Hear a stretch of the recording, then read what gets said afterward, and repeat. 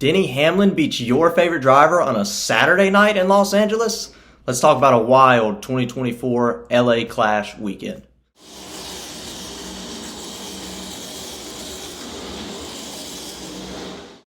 Hello everybody, welcome to Dirty Air. I'm your host Alex Lambert, and let's talk about NASCAR in the LA Memorial Coliseum for the third consecutive year. This is the third clash in LA, and it was certainly an interesting one. I would say one of the better, maybe the best out of the three as far as the on-track product goes. So we're going to talk about that. We'll talk about Denny Hamlin getting the victory, what that means for him. We'll talk about Joey Logano versus Ty Gibbs at the end of this race. Apparently there were some words exchanged there. And we'll talk about the finishing results, the top 10. And of course, we'll talk about the future of the LA Coliseum. And then of course, the very strange incidents where we moved a race. We've had races moved from Sunday to Monday, but this race was moved from Sunday to Saturday. So without any further ado, let's go ahead and talk about it. I'll start out by saying I am in a new studio, I guess, a new background. That's because I no longer live in the same place that I did, obviously. So that's why I do have a new background. I hope you guys like it. I'll probably add some more things to it before we get to the Daytona weekend or the Daytona week, which should be exciting. Let's get into the clash at the Coliseum. So we have to start out with Denny Hamlin,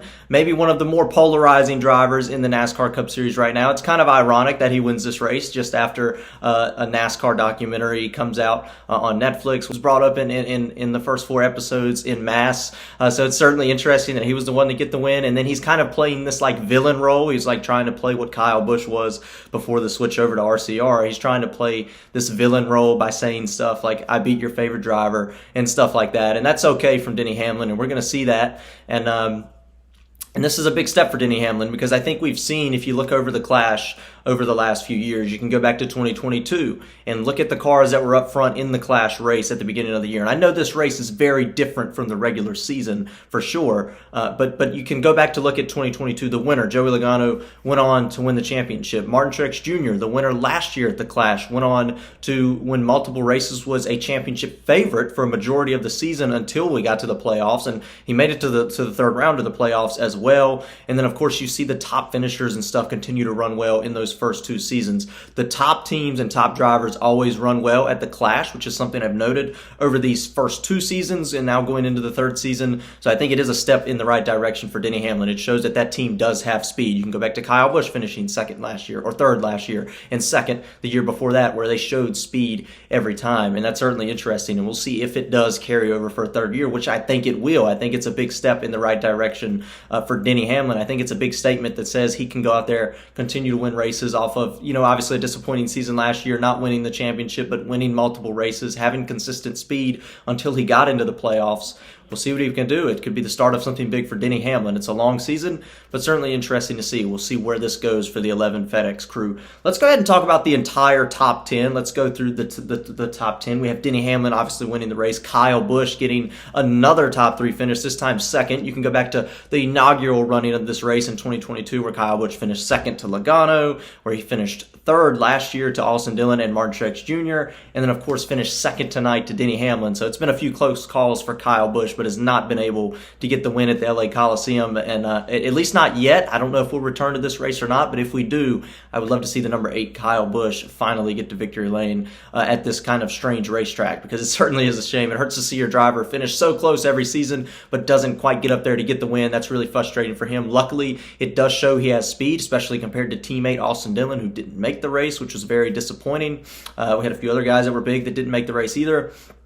That was very disappointing. But yes, Kyle Busch, once again, another top 3 finish. Hopefully that speed continues into the short track program, which we didn't see last year, and hopefully it continues into the regular season when we get to Daytona in just 2 weeks. I want to watch that very hard as well. Ryan Blaney, who actually started in the back of the pack, I want to say he started dead last or second to dead last, didn't even race his way in, actually had to take the provisional, which was the reason he got in, because he was the champion and the highest driver in points that didn't make it got in. So that's how Ryan Blaney actually made the race. Obviously that was better on long run speed is what I'm assuming. There were some cars that were better on long run speed and they were really bad in the qualifying run. That's exactly what happened to Ryan Blaney. He was faster in the long run, faster in the race when the sun was setting. That's why he was able to get up there and finish third. And you never know, at this type of racetrack, a battle for the win was definitely not out of question for Ryan Blaney. Joey Logano, an interesting race, finishing in the 4th position, getting into Ty Gibbs a few times. Ty Gibbs getting back into him. Logano was aggressive. Everybody was aggressive at the front of the pack. You had Kyle Larson in 5th, and and a nice, decent run for Kyle Larson as well coming up through the field. We saw a lot of passing at this racetrack with the new aero package, which is certainly exciting to see more passing. I know we've seen a little more at this track than we have at the other short tracks, but it's good to see passing at this racetrack early on in the season. That's definitely a relief because that has been a problem the last few years. But let's just take a second and look at this top 5. Look at the names up here. You got Denny Hamlin, championship contender, over 50 wins. Kyle Busch, 2-time NASCAR champion. Ryan Blaney, defending champion. Joey Logano, another 2-time champ. Kyle Larson, the 2021 champion. Powerhouse drivers, powerhouse teams. You had Hendrick, RCR, Penske, all up there in the top 5, running up there all day. That was exciting to see. We had some big names running up front in Los Angeles tonight, which is certainly exciting. We'll see if that continues to move over into Daytona or really into the regular season when we get to intermediate tracks, short tracks, and so on. 6th place, we did have Alex Bowman finish in the 6th position. Decent run for him, solid run. Chase Briscoe, not a bad run for him, finishing 7th. We know that Stewart-Haas Racing is struggling right now from every aspect, so for them to even finish 7th in an exhibition race, kind of a wild, wacky race, is still a confidence booster for that team. I'm assuming Brad Keselowski finally made the Clash for the first time. His team made the Clash for the first time. His teammate didn't, Chris Buescher. That's okay. They haven't made the Clash. They've not had success at this racetrack.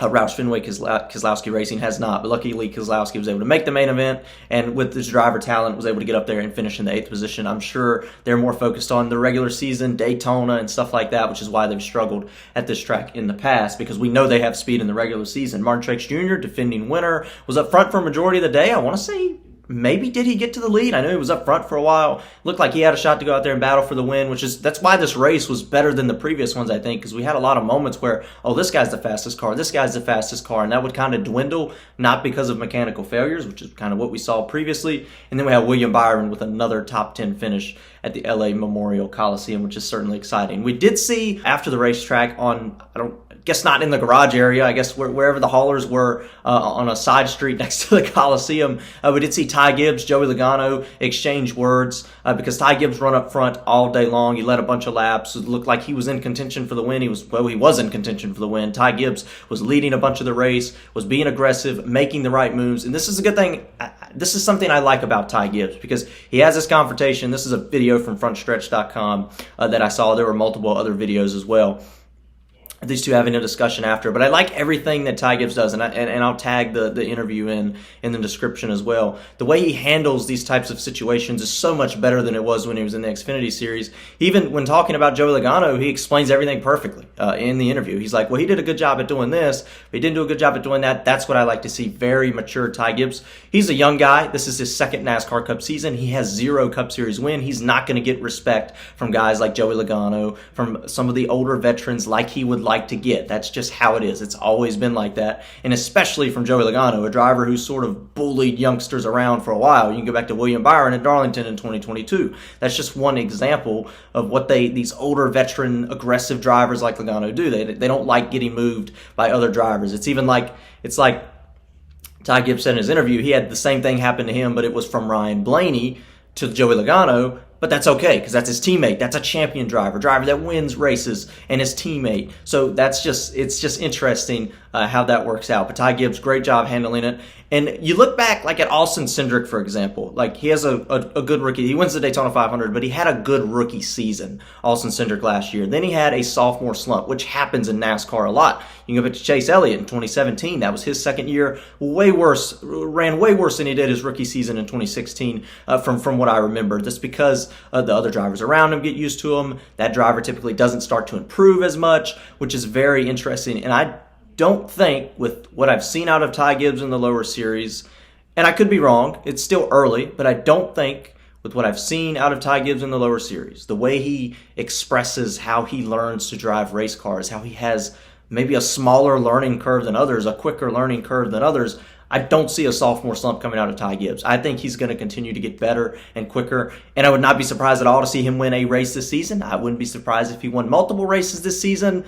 I would be more surprised if Ty Gibbs doesn't win a race this year than if he won 3 races. And that's just my opinion. I think Ty Gibbs is extremely talented. We know that. I think he's extremely aggressive, and I think he's finally known when to be aggressive at the right time. He's not going to wreck you for 5th. He's not going to wreck you or move you for 10th place or 15th place Even when he was in the Xfinity Series, he only moves you and he only gets aggressive, and you can argue whether the moves are fair or not fair. You can argue that all day long. That's a story for another time. But he knows when to do it, and he does it for the victory. And that's why I think you're going to see a star out of Ty Gibbs very soon. He doesn't let it get to him. It didn't sound like Joey Logano scared him at all. It doesn't sound like Joey Logano got into Ty Gibbs' head at all, which might have been what Logano was trying to do. So, yeah, certainly interesting. I'll be interested to see how Ty Gibbs runs this season. I think it's going to be very exciting. I do want to talk a little bit about the future of the LA Coliseum Clash, because this is a race that has not quite been my favorite when I think of this personally. NASCAR a couple of years ago took some steps. They were going to do some crazy wild races. They added racetracks. They put dirt on Bristol, which I'd say was fairly successful. They did the Chicago Street Race last year for the first time. That is coming back this year. I think that was very successful. I saw tons of positive comments about that following the race. The TV ratings were high. The fans loved it. The fans were cheering after the race. That was a good event. That felt like a good, real race. The LA Clash, I think that's run its course. I know it's only been 3 years. The first year was okay. It was decent. It wasn't my cup of tea. I didn't like the race. I don't enjoy this race. I don't enjoy the halftime breaks. To me, this is not what NASCAR is about. So personally, I don't really like watching this race. This is not my favorite race on the calendar. I could do completely without it. I would rather see a 15-minute shootout like back in the 90s at Daytona than watch the Clash at the Coliseum. And that's my opinion. If you like the Coliseum, good. It's not bad racing. I hope you did like it. And that's just my opinion, but I'm not a fan of the Coliseum. And with the dwindling crowds year after year, with this race being moved forward, even before this race got moved forward today, it felt like it was being rushed. This felt like an event the teams wanted to hurry up and get over, and NASCAR wanted to hurry up and finish. So that's my personal opinion. I think the Clash might be going somewhere else next year. Let me know what you think. Should it go back to Daytona? Should it go to another strange venue? Should we stay at the Clash in Los Angeles at the Coliseum? Let me know down below. But for sure, appreciate you guys watching. And of course, about Kyle Busch finishing in the top 3 again, but not getting the victory. Let's get rowdy.